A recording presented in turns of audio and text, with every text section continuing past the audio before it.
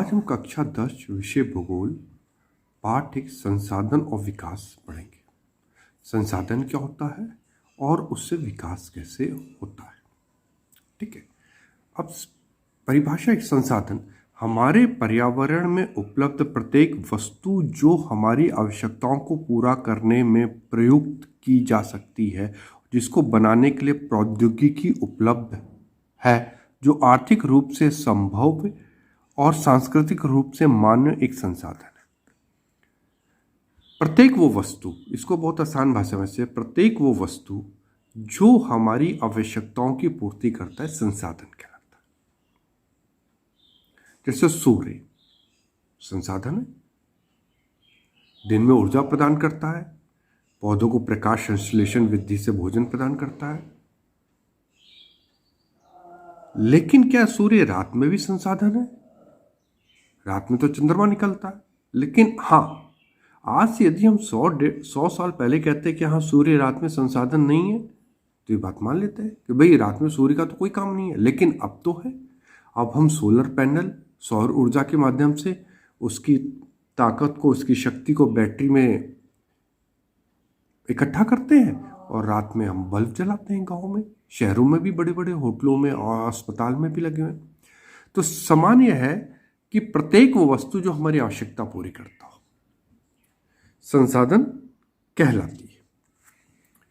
अब ये देखिए, एक त्रिकोण बना हुआ है जिसको हम ट्रायंगल कहेंगे। प्रकृति, बीच में मानव, प्रौद्योगिकी, संस्था। देखिए, मानव स्वयं एक संसाधन है। इस चीज को बहुत अच्छी तरह से, क्योंकि यदि सामने मिट्टी है, उसमें खेती कैसे होगी? मानव ही करेगा ना। और खेती करने के लिए ट्रैक्टर, थ्रेशर, उन्नत प्रकार के बीज आदि कहाँ से आएंगे? ये भी मानव ही विकसित करेगा। तो मानव ही संसाधन है।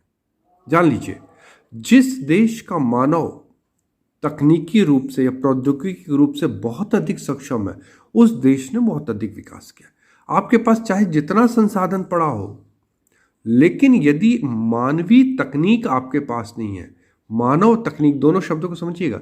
मानव जो तकनीक को विकसित करता है और उस तकनीक को इस्तेमाल करने वाले मानव, यदि दोनों नहीं है तो आप उस संसाधन का इस्तेमाल नहीं कर सकते। सामान्य धारणा है कि संसाधन प्रकृति प्रदत्त उपहार है, लेकिन वास्तव में ऐसा नहीं है।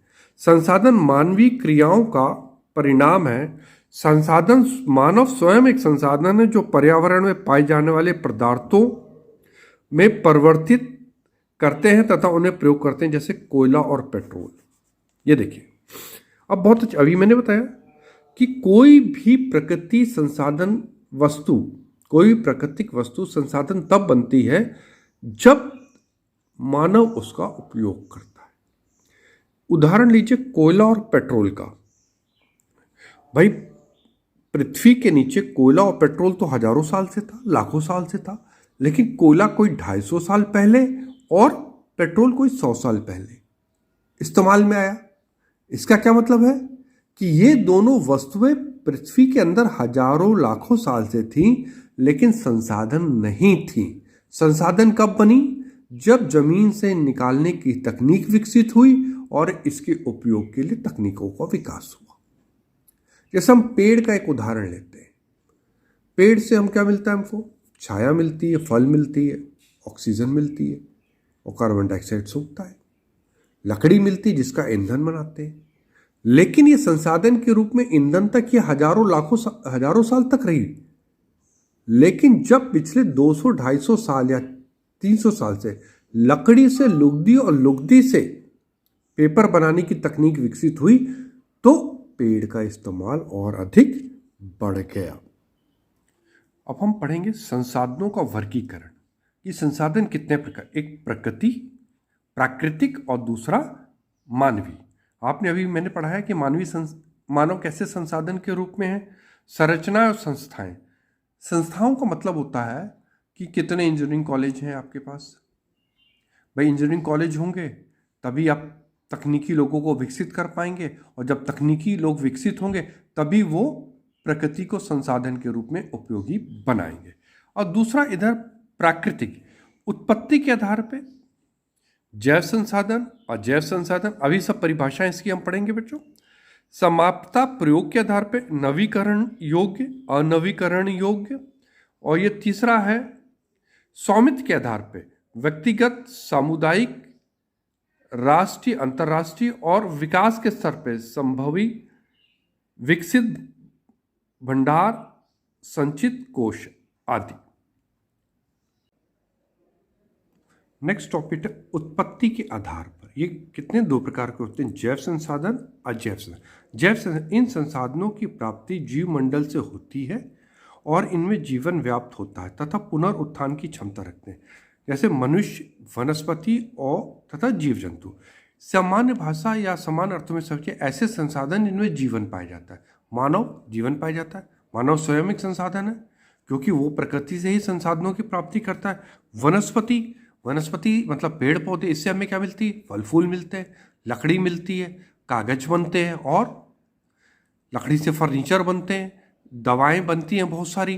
तो वनस्पति। जीव जंतु, जीव जंतुओं से हमें क्या मिलता है, दूध मिलता है, मांस मिलती है, सर्दियों में जो हम स्वेटर पहनते हैं वो ऊन मिलती है, लेदर के जैकेट, चमड़े मिलते हैं जिससे हमारे जूते भी बनते हैं, पर्स भी बनते हैं, बेल्ट भी बनते हैं, सब बनते हैं कि नहीं। ये सब जीव जंतु। और ये पुनरुत्थान की मतलब ये स्वयं को उत्पन्न करने की क्षमता रखते हैं, इसलिए इन्हें पुनरुत्थान, ये स्वयं को उत्पन्न करने की क्षमता रखते हैं। नेक्स्ट है अजैव संसाधन। वे सारे संसाधन जो निर्जीव वस्तुओं से बने हैं और अजैव संसाधन कहलाते हैं, जैसे मृदा, चट्टानें और खनिज। इसका मतलब ऐसे संसाधन जिनमें जीवन नहीं है, निर्जीव है।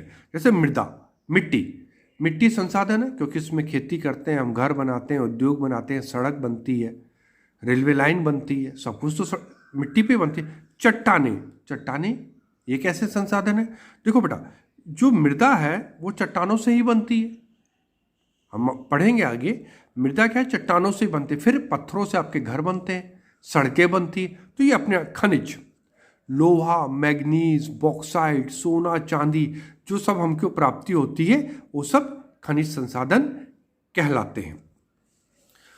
नेक्स्ट है समाप्तता के आधार पर, अर्थात समाप्त होने वाले हैं कि नहीं। सबसे पहले नवीकरणीय संसाधन, वे संसाधन जिन्हें भौतिक, रासायनिक या यांत्रिक प्रक्रियाओं द्वारा नवीकृत या पुनः उत्पन्न किया जा सकता है, उन्हें नवीकरण योग्य अथवा पुनः पूर्ति संसाधन कहा जाता है, जैसे सौर तथा पवन ऊर्जा, जल ऊर्जा, वन और वन्य जीव।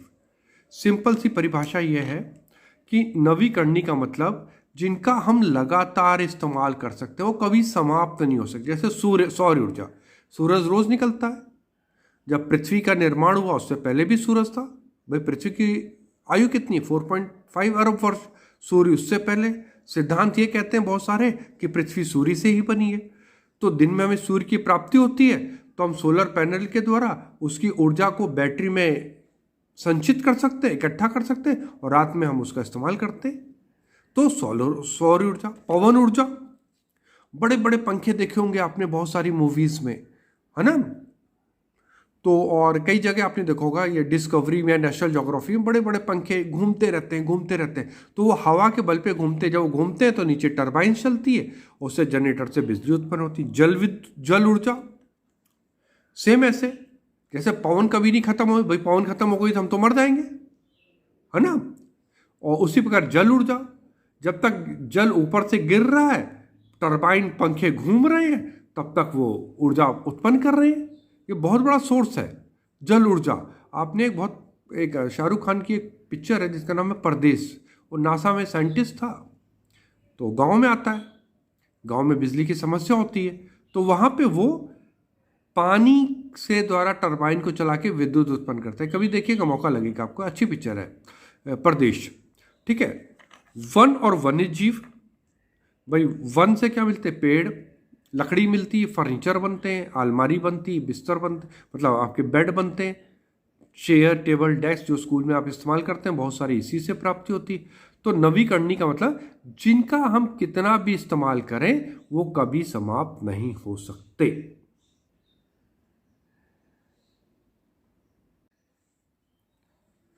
अनवीकरणीय संसाधन, इन संसाधनों का विकास एक लंबे भूवैज्ञानिक अंतराल में होता है। इन संसाधनों का एक बार उपयोग करने के बाद पुनः उत्पादन नहीं किया जा सकता, इसलिए इसे अनवीकरणीय संसाधन कहते हैं, जैसे पेट्रोल, कोयला, लोहा आदि। इसका क्या मतलब है कि एक बार जमीन से हमने इन संसाधनों को निकाल लिया तो दोबारा वहां नहीं मिलेंगे। क्यों? क्योंकि इनके निर्माण में लाखों करोड़ों साल लगते हैं। मैंने आपको पहले बताया था कि पेट्रोल और कोयला लाखों साल से था। पहले एक चीज बहुत अच्छी तरह जान लीजिए कि पृथ्वी के अंदर से पेट्रोल नाम की कोई चीज नहीं निकलती। क्या निकलता है? कच्चा ऑयल, कच्चा तेल या क्रूड ऑयल कहते हैं। फिर इसको हम परिशोधन या रिफाइनरीज में विभिन्न रासायनिक प्रक्रियाओं से गुजार कर पेट्रोल अलग करते हैं, डीजल अलग करते हैं, मिट्टी का तेल और बहुत सारी चीजें इसमें से बनाते हैं। ठीक है। भूवैज्ञानिक अंतराल मतलब बहुत लंबे समय के बाद इनका निर्माण होता है, इसलिए इनका बहुत उचित इस्तेमाल करना चाहिए। इनमें से कुछ संसाधन जैसे धातुएं, लोहा, सोना पुनः चक्रीय है, अर्थात इनको उत्पादन के पश्चात बार बार उपयोग में लाया जा सकता है। इसका क्या मतलब है कि एक बार लोहा तो आपने जमीन से निकाल लिया, लोहा दोबारा जमीन से नहीं निकलेगा, लेकिन लोहे को हम रिसाइकल करके उपयोग कर सकते हैं। जैसे हमने पहले लोहे से क्या बनाया? फड़वा बनाया, फड़वे का काम हो गया, उसको भट्टी में ले गए, उसको गला दिया, फिर उससे हमने खुरपी बना ली, है ना। तो रिसाइकल, जैसे आपने देखा होगा कई बार बहुतों के घर में आपने देखा होगा, आपकी मदर के साथ आप लोग सोने की दुकान में गई तो माता जी ने आपकी सोना खरीदा तो उसके बदले पुराना सोना दिया। अब दुकानदार पुराना सोना का क्या करेगा? वो क्या करता है, उसको भट्टी में गर्म करके फिर उसको गहने बना लेता है, उससे नए गहने बना लेता है। इसलिए सोनार क्या होता है, पुराना सोना खरीदते हैं। ठीक है। अक्षय कुमार को भी देखा होगा, अमिताभ बच्चन में मुत्थू में आते हैं, एडवर्टाइजमेंट देखा है कि नहीं? सोना बैंक में रखी है तो बैंक वाले क्या करते हैं, सोने का रिसाइकल करके री इस्तेमाल करते हैं। लेकिन कुछ संसाधन जैसे जीवाश्म ईंधन, जीवाश्म मतलब जो पेड़ पौधों आदियों के जमीन के अंदर दबने से अत्यधिक ताप और दाब के कारण वो कोयला और पेट्रोल आदि में बन जाते हैं, अचक्रीय हैं, एक बार प्रयोग करने के साथ खत्म हो जाए। अचक्रीय का मतलब एक बार तो जमीन में निकाल लिया, वहां तो खत्म हो गया। अब एक बार आपने स्कूटी, बाइक या कार में पेट्रोल डाल लिया तो फिर तो आप जब कुछ दूरी गए, 100-200 किलोमीटर गए, फिर आपको पेट्रोल डलवाना पड़ता है। ऐसा तो है नहीं कि वो पेट्रोल दोबारा इस्तेमाल होता है, नहीं ना। तो ये अचक्रीय है, एक बार इस्तेमाल होने के बाद ये नष्ट हो जाते हैं। नेक्स्ट है स्वामित्व के आधार पर। स्वामित्व मतलब कौन मालिक है? व्यक्तिगत या निजी संसाधन, ऐसे संसाधन जो किसी व्यक्ति या परिवार के अधीन या अधिकार में होते हैं। मतलब जैसे देखिए, जैसे गांव में खेत, बाग, तालाब, कुआं आदि, शहर में घर, दुकान। इसका मतलब वो प्रत्येक वस्तु जो आपके उपयोग के लिए है लेकिन उसका मालिक कोई एक है, वो क्या होगा? निजी संसाधन कहलाएंगे। जैसे गांव में जाइए, आपके खेत होते हैं, बाग होते हैं, तालाब होते हैं, कुएं होते हैं, दूसरा व्यक्ति इस्तेमाल कर सकता है आपकी अनुमति के बाद, लेकिन यह निजी संसाधन किसका है? आपका है। फिर नेक्स्ट है सामुदायिक स्वामित्व वाले संसाधन। ये संसाधन समुदाय के सभी सदस्यों को उपलब्ध होते हैं। जैसे गांव की शमशान भूमि, जहाँ पे मृत शरीर को जलाया जाता है, दाह संस्कार किया, चारागाह जहाँ जानवर चरते हैं, नगरीय क्षेत्रों के सार्वजनिक पार्क, खेल मैदान और पिकनिक स्थल। आप देखिए शहर में रहते होंगे तो वहाँ पार्क बने होंगे, शाम को आप लोग खेलने जाते हैं और सुबह लोग घूमने जाते हैं, वो सबके उपयोग के लिए। वहाँ पे किसी भी व्यक्ति को लिंग, जाति, धर्म, हिंदू, मुस्लिम, बड़ा, छोटा, मोटा, काला, गोरा, किसी प्रकार की रोक नहीं लगा सकते। जो जैसा व्यक्ति है, यदि उसका मन है पार्क में जाने का तो जाएगा और घूमेगा। ये क्या हो गया? सामुदायिक स्वामित्व वाले संसाधन कहलाते हैं। राष्ट्रीय संसाधन, तकनीकी तौर पे देश में पाए जाने वाले संसाधन राष्ट्रीय हैं। इस चीज को बहुत अच्छी तरह समझ लीजिएगा। मान लीजिए आपका एक खेत है, उस खेत में कभी कोई गुजरा, कुछ पैसे गिर गए, वो पैसा आपका हो गया। आपने पूछा अगल बगल किसी से, किसी ने कहा नहीं हमारा नहीं है, तो वो आपका हो गया। उसके ऊपर उगाने वाली फसल आपकी होती है, लेकिन उस जमीन के अंदर यदि लोहा मिले, कोयला मिले, सोना मिले, चांदी मिले, ठीक है, मैग्नीज मिले, कुछ भी मिलेगा तो वो सरकार का होता है, वो आपका नहीं है। जमीन के नीचे हर चीज पर अधिकार देश का है, सरकार का। देश की सरकार को कानूनी अधिकार है कि व्यक्तिगत संसाधनों को भी आम जनता के हित में अधिग्रहित कर सकती है। सड़क, रेल लाइन और नहरों आदि का निर्माण सरकार निजी व्यक्तियों से जमीनों का अधिग्रहण करके ही करती है। इसको बहुत अच्छी समझिएगा। देखिए, जब सड़क बनती है, रेल लाइन बनती है, नहर बनती है, तो जमीन पे बनती है, तो अधिकांश जमीनें लोगों की होती है। पहले ये कानून था 1970 के आसपास, संपत्ति का अधिकार था कि ये संपत्ति मेरी, मैं इच्छा है तो सरकार को दूंगा, मैंने इच्छा है तो सरकार को नहीं दूंगा। लेकिन 1976 के करीब एक संविधान संशोधन आया, एक कानून बना जिसमें संपत्ति के अधिकार को खत्म कर दिया गया। अर्थात यदि सरकार कहीं पे विकास का कार्य करती, जैसे सड़क बनाती है, रेल लाइन बनाती है, नहर बनाती है, तो वो लोगों से जमीनें ले सकती है, लेकिन मुफ्त में सरकारें नहीं लेती, उसका वो मुआवजा देती हैं आपको। आपने देखा होगा कि जब सड़कें चौड़ी होती हैं आपके शहरों में, तो आसपास के घर काफी टूटते हैं, तो बड़ा नुकसान होता है लोगों का। लेकिन जिन व्यक्तियों के पास कागज होते हैं घरों के, जमीनों के, वो सरकार से आसानी से मुआवजा ले सकते हैं। अंतर्राष्ट्रीय संसाधन, कुछ अंतर्राष्ट्रीय संस्थाएं संसाधनों को नियंत्रित करती हैं। तट रेखा से 200 समुद्री मील की दूरी पर से परे खुले महासागरीय संसाधनों पर किसी का अधिकार नहीं है। इन संसाधनों को अंतर्राष्ट्रीय संसाधनों की समिति के बिना उपयोग नहीं किया जा सकता। यदि हम ये भारत का दक्षिणी भाग देखें, इस तरह ना, भारत का दक्षिणी भाग बेटा देख रहे हैं, तो ये 200 मील तक है ना, यहाँ 200 मील तक ये हमारा अधिकार क्षेत्र है। इसमें हम चाहे मछली पकड़ें, चाहे इसके पानी का किसी रूप में इस्तेमाल करें, इससे खनिज संसाधन निकालें, इस पर हम बांध बनाएं। बांध का मतलब है कि पुल बनाएं, है ना, हम कुछ भी कर सकते हैं। ज्वारी ऊर्जा, समुद्री ऊर्जा, समुद्र की लहरों से लहरी, है ना, उत्पन्न करें, कुछ भी करें। लेकिन इस 200 मील के बाद अंतर्राष्ट्रीय संस्थान जैसे यूनाइटेड नेशन है, उसके अधिकार में होता है। आप उसकी सहमति के बाद ही वहां पे कोई भी कार्य कर सकते हैं, जैसे मछली पकड़ना, नीचे से पेट्रोल निकालना, गैस निकालना आदि संस्थाओं की अनुमति के बाद ही कर सकते हैं। नेक्स्ट है, विकास के स्तर के आधार पर संभावी संसाधन। ये वे संसाधन हैं जो किसी प्रदेश में विद्यमान होते हैं परंतु उनका उपयोग नहीं किया गया है। जैसे पश्चिमी भारत के राजस्थान और गुजरात राज्यों में पवन और सौर ऊर्जा संसाधनों की अपार संभावना है परंतु इनका सही ढंग से विकास नहीं हुआ। संभावी मतलब संभव है वो संसाधन, मतलब भारत के पश्चिमी भाग में, गुजरात और राजस्थान में सौर ऊर्जा का अपार भंडार है और पवन ऊर्जा का, ठीक है, चूंकि समुद्र के किनारे है, और राजस्थान चूंकि रेगिस्तानी भाग है तो वहाँ हवाएं थोड़ी तेज चलती हैं, हाँ, तो वहाँ पे पवन चक्की लगा के, टरबाइन लगा के, पंख वाली हम पवन ऊर्जा उत्पन्न कर सकते हैं। तकनीक भी उपलब्ध है लेकिन अभी उसका विकास नहीं। संभव है कि ये विकास बाद में किया जाए।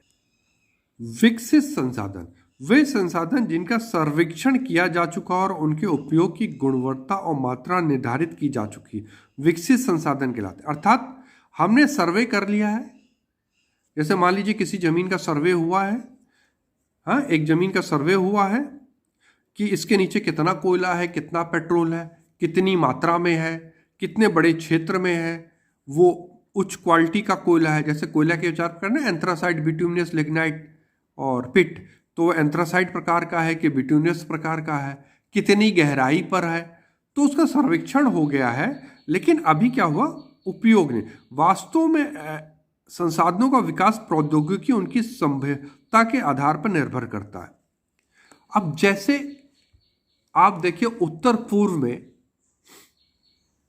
बहुत सारी नदियां हैं और झरने हैं जहां पे जल विद्युत का असीम भंडार है। हमें मालूम है, सर्वे हुआ है, लेकिन प्रौद्योगिकी भी है, लेकिन अभी उसको हमने विकसित नहीं किया। कुछ कारणों के कारण वो विकास नहीं हो पाया।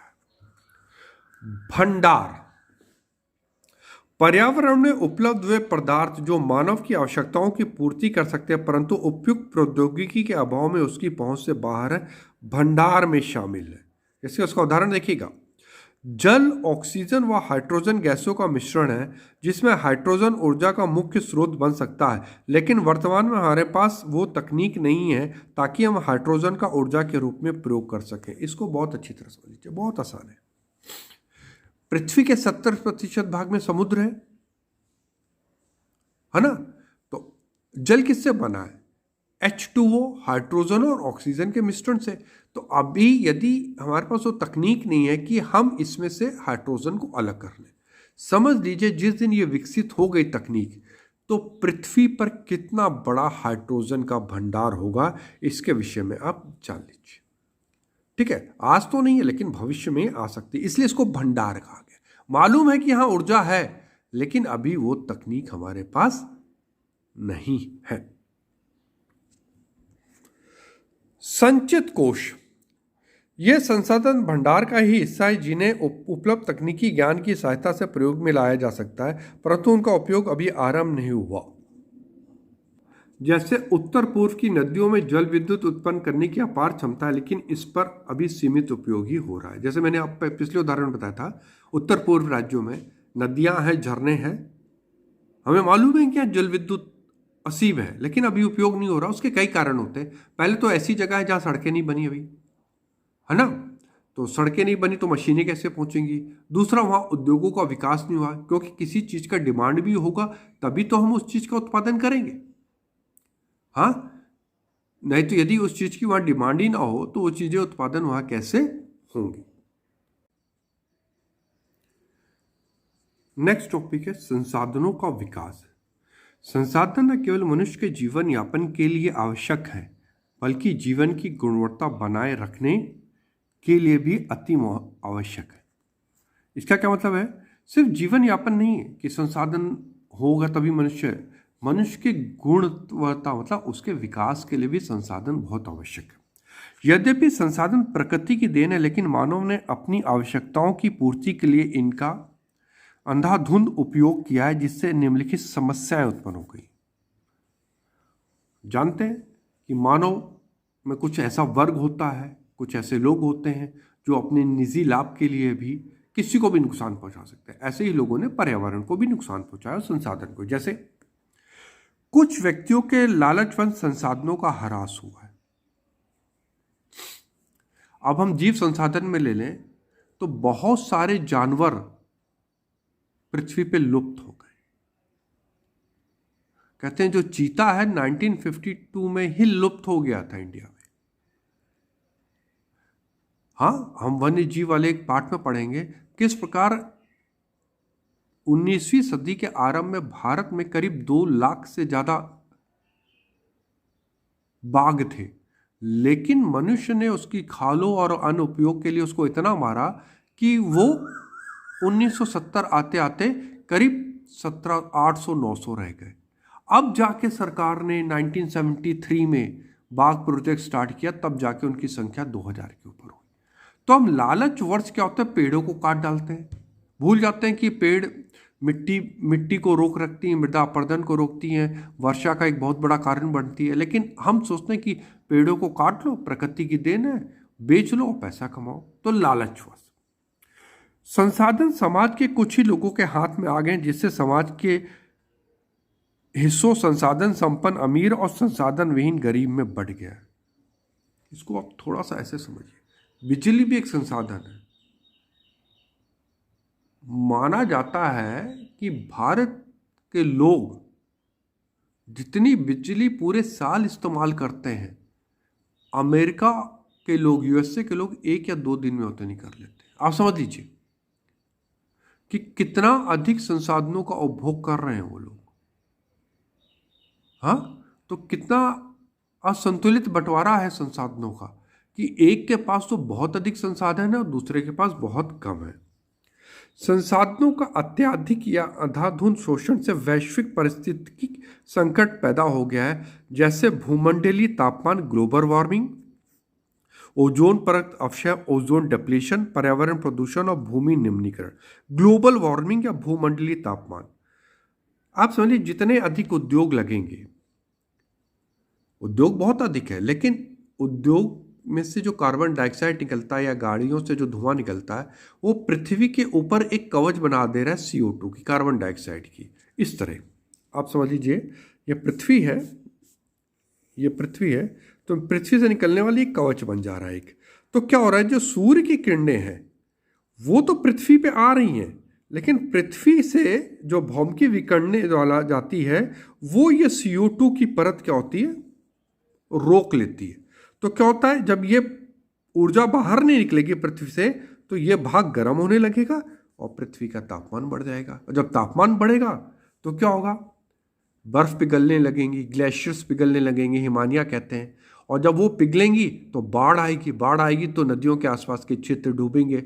अल्टीमेट जो बाढ़ का पानी, नदी का पानी समुद्र में जाता है तो समुद्र तल ऊपर उठेगा, और जब समुद्र तल ऊपर उठेगा तो छोटे छोटे द्वीप बहुत से डूब जाएंगे। एक अनुमान है कि यदि इसी तरह पृथ्वी का तापमान बढ़ता रह गया तो हो सकता है कि आज से 100 साल, 200, 500 साल बाद बम्बई का बहुत बड़ा एरिया, कलकत्ता का, चेन्नई का, न्यूजीलैंड का, जो समुद्र के किनारे हैं, जो समुद्र के बीचों बीच है, वो डूब जाए।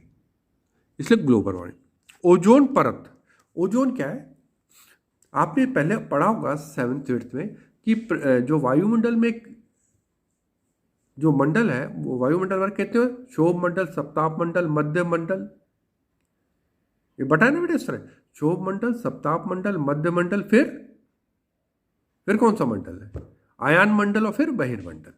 तो जो समताप मंडल है वहां पे एक ओजोन की परत है जो सूर्य से अल्ट्रा वायलेट या पैरा बैगनी किरणों को आने से रोकता है। इस तरह सूर्य की किरणों से ये आने से रोकता है। यदि इसमें लगातार छिद्र होंगे, छिद्र क्या होंगे, जब पृथ्वी से बहुत सारी गैसें, रासायनिक जहरीली गैसें जाएंगी तो इसमें छेद हो जाएंगे। तो क्या होगा, अल्ट्रा वायलेट रेस ये पृथ्वी के अंदर आने लगेंगी। जब ये पृथ्वी के अंदर आने लगेंगे, पृथ्वी पे, तो पृथ्वी पे आने लगेंगी तो क्या होगा, यहाँ पे बहुत सारी बीमारियां होंगी, स्पेशली उन लोगों को जो बहुत गोरे हैं, उनको स्किन कैंसर हो जाएगा, विभिन्न प्रकार की त्वचा संबंधी, स्किन संबंधी बीमारियां होंगी।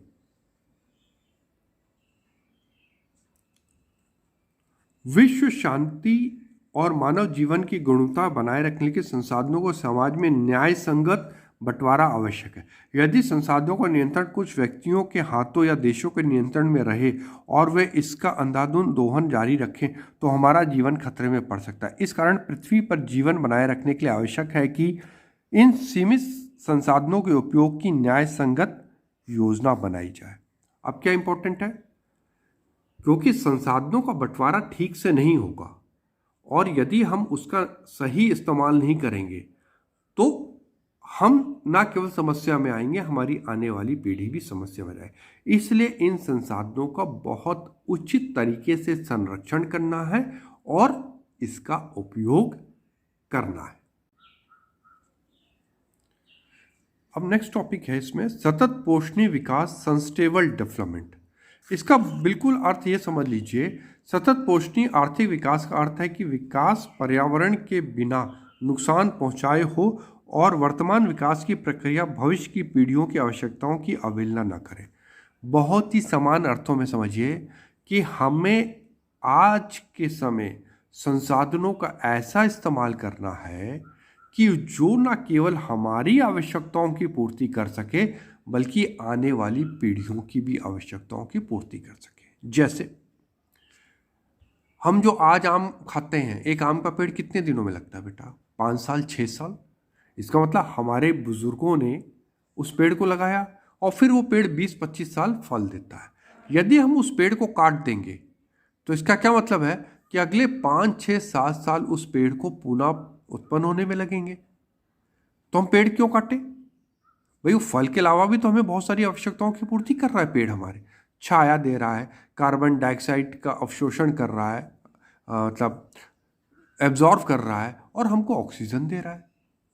ठीक है, हम यदि आज हमको 10 किलो सोने की आवश्यकता है, या 10 टन कोयले की आवश्यकता है, या 10 टन लोहे की आवश्यकता, तो उतना ही हम जमीन से निकालें जो हमारी आवश्यकताओं की पूर्ति करे, बाकी उसको जमीन के अंदर अपनी आने वाली पीढ़ियों के लिए रहने दें।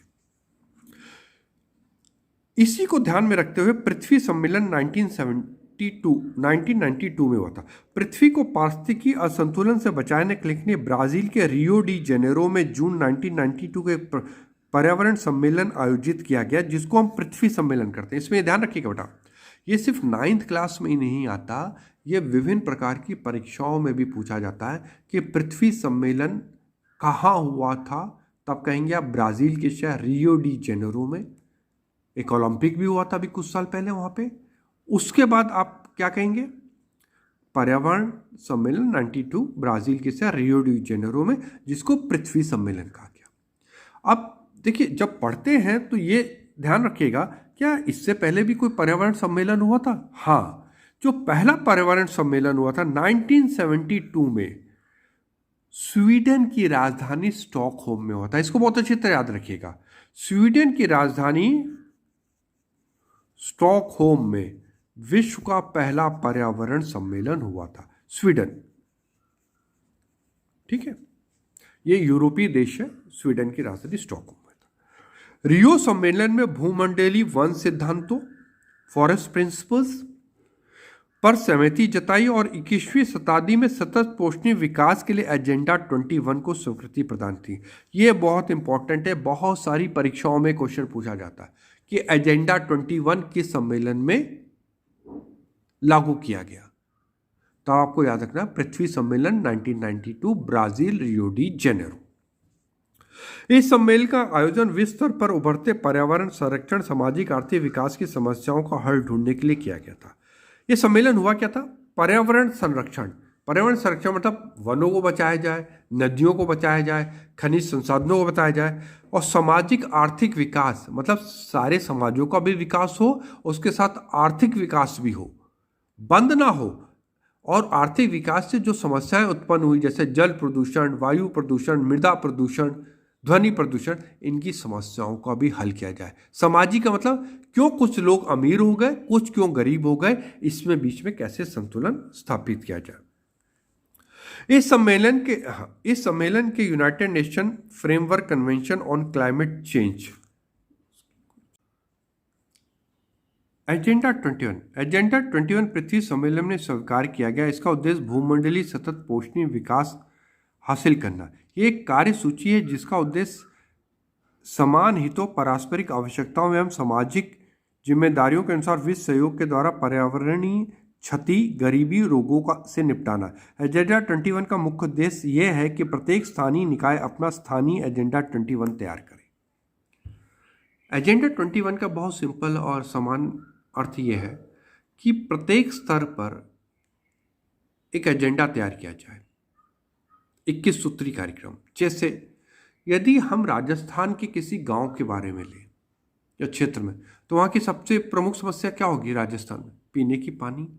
तो वहाँ जो कार्य सूची या योजनाएं बनेगी पीने की पानी के लिए बनेगी, क्योंकि सब वहीं पे उसकी कमी है। लेकिन जब उत्तर प्रदेश, बिहार में आएंगे तो पानी की कोई कमी नहीं है। तो वहाँ की गांव की सूची जब बनेगी, एजेंडा बनेगा, तो हो सकता है वहाँ सड़क बने, स्कूल बने, अस्पताल बने, है ना, खेती की समस्याओं का बने। पहाड़ों पे जब कोई गांव का बनेगा तो हो सकता है वहाँ भी सड़क हो, बिजली हो।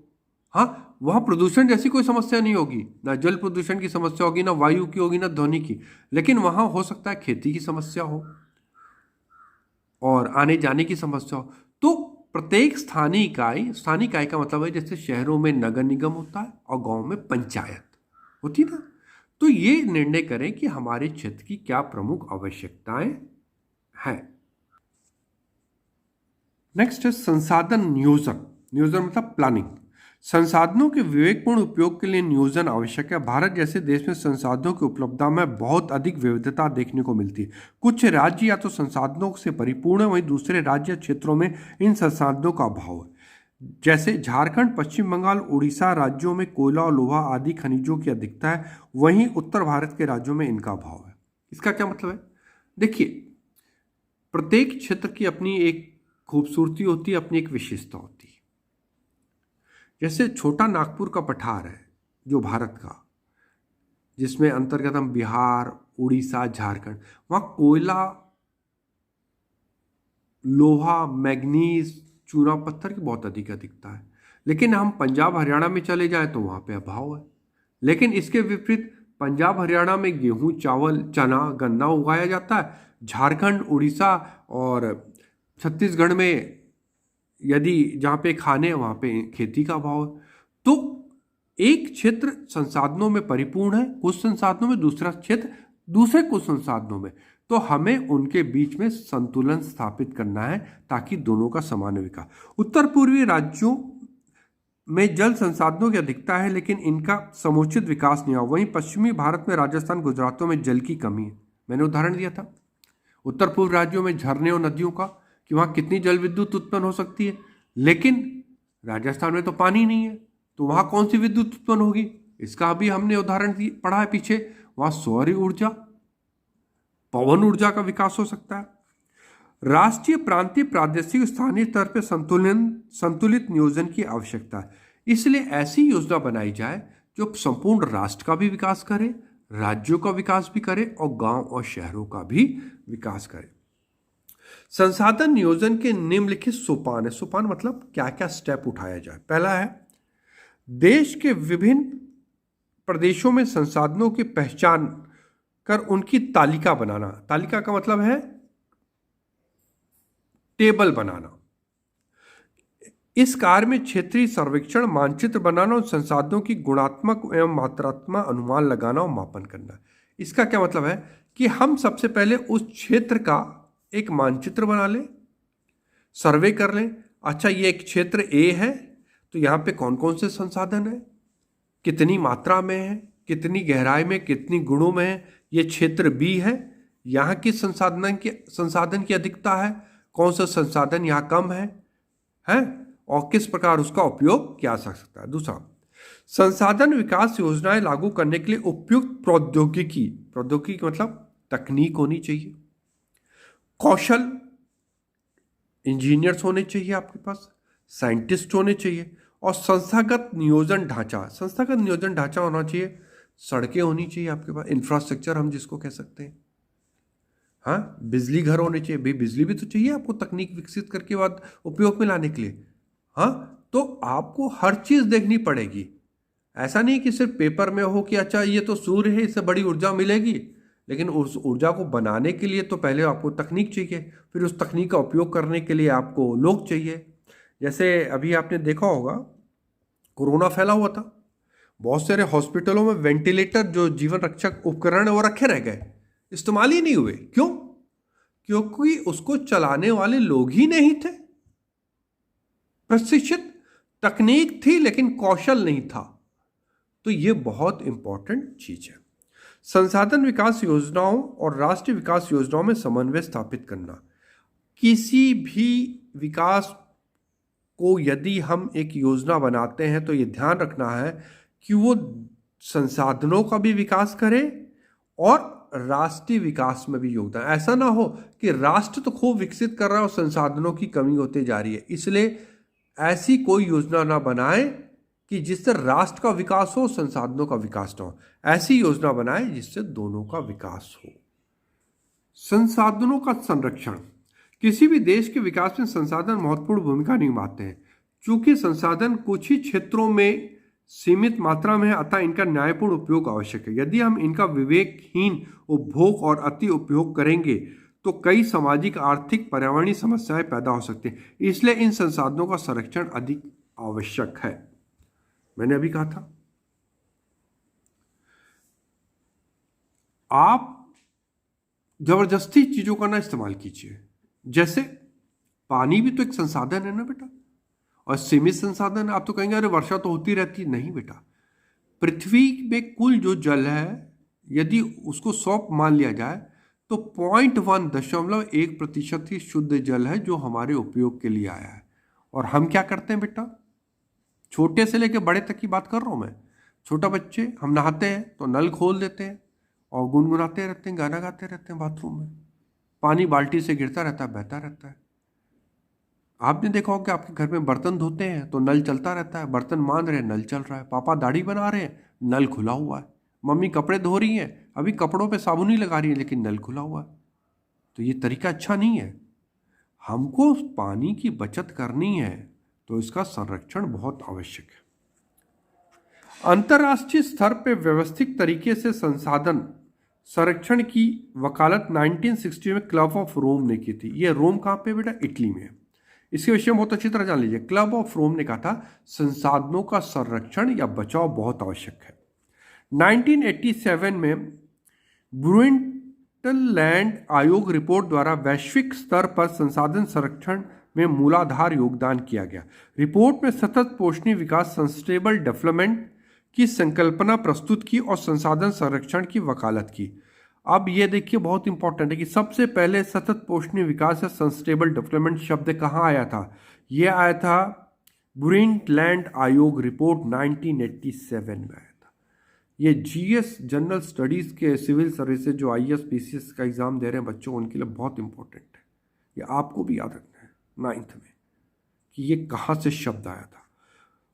संसाधन संरक्षण की वकालत की ये रिपोर्ट बाद में हमारा साझा भविष्य अवर कॉमन फ्यूचर शीर्षक पुस्तक से प्रकाशित हुई। अवर कॉमन फ्यूचर पुस्तक। तो आपने क्या पढ़ा कि संसाधन क्या है, संसाधन की कौन कौन से प्रकार हैं, संसाधन किस प्रकार नष्ट हो रहे हैं, संसाधन के विकास की क्या योजनाएं हो सकती है और संसाधन का संरक्षण क्यों आवश्यक है और कैसे इसका संरक्षण किया जाए।